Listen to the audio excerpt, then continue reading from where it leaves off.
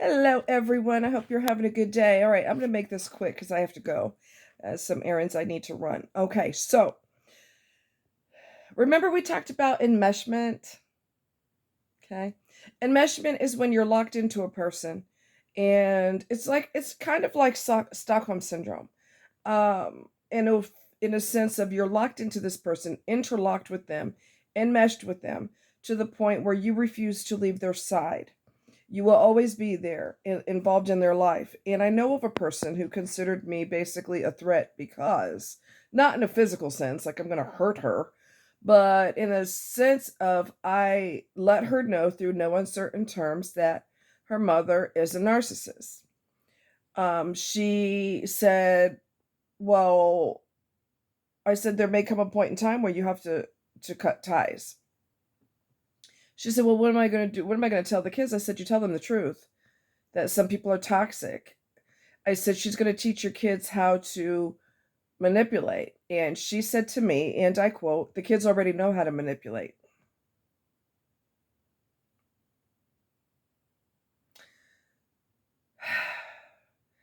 So I warned you guys that if you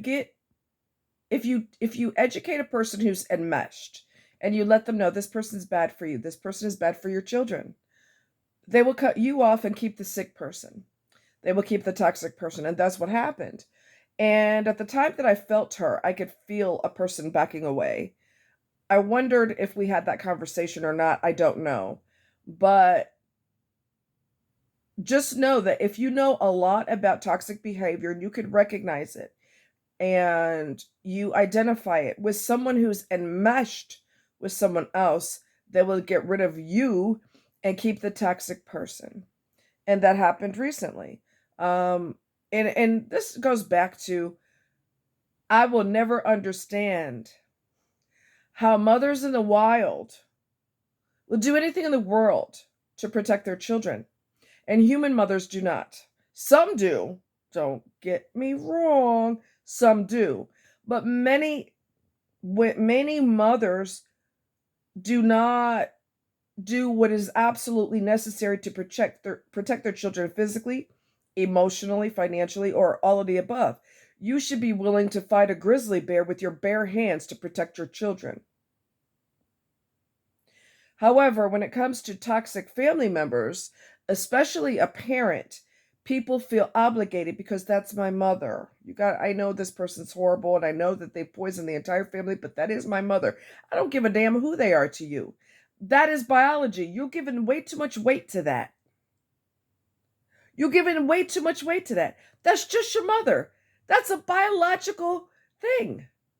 That doesn't mean a hill of beans if that person's poisonous. You mean to tell me that biology overrules your children's psychological and emotional safety? Biology rules all of that? Biology rises way above that? You have got to be freaking kidding me. Let me explain something to you. If I had children or a child or whatever, my child would never know who my parents were because they're both toxic. And I don't owe you anything because you got hot one night, started banging, and had me. I don't care about that. That is only a biological function, a scientific / biological function. Nobody owes you for that. You don't get a biscuit, a cookie, nothing.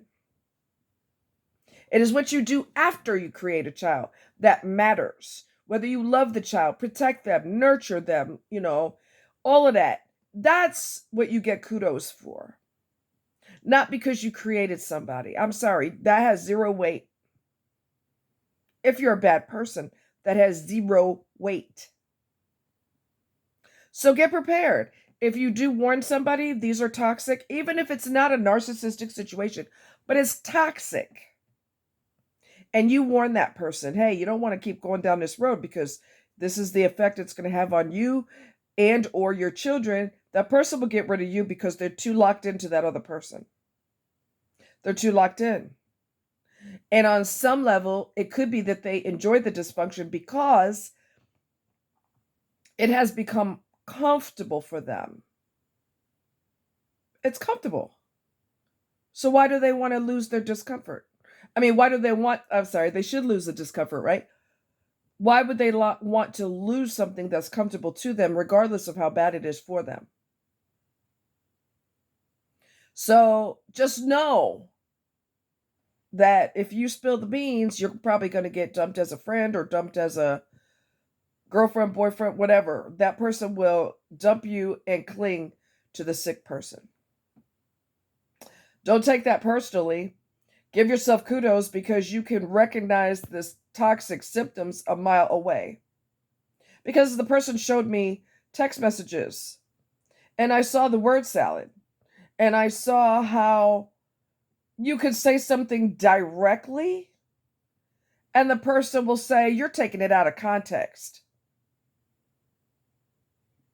That's called gaslighting, where they're trying to convince you that their reality is real and your reality that you saw with your own eyes or experienced is not real.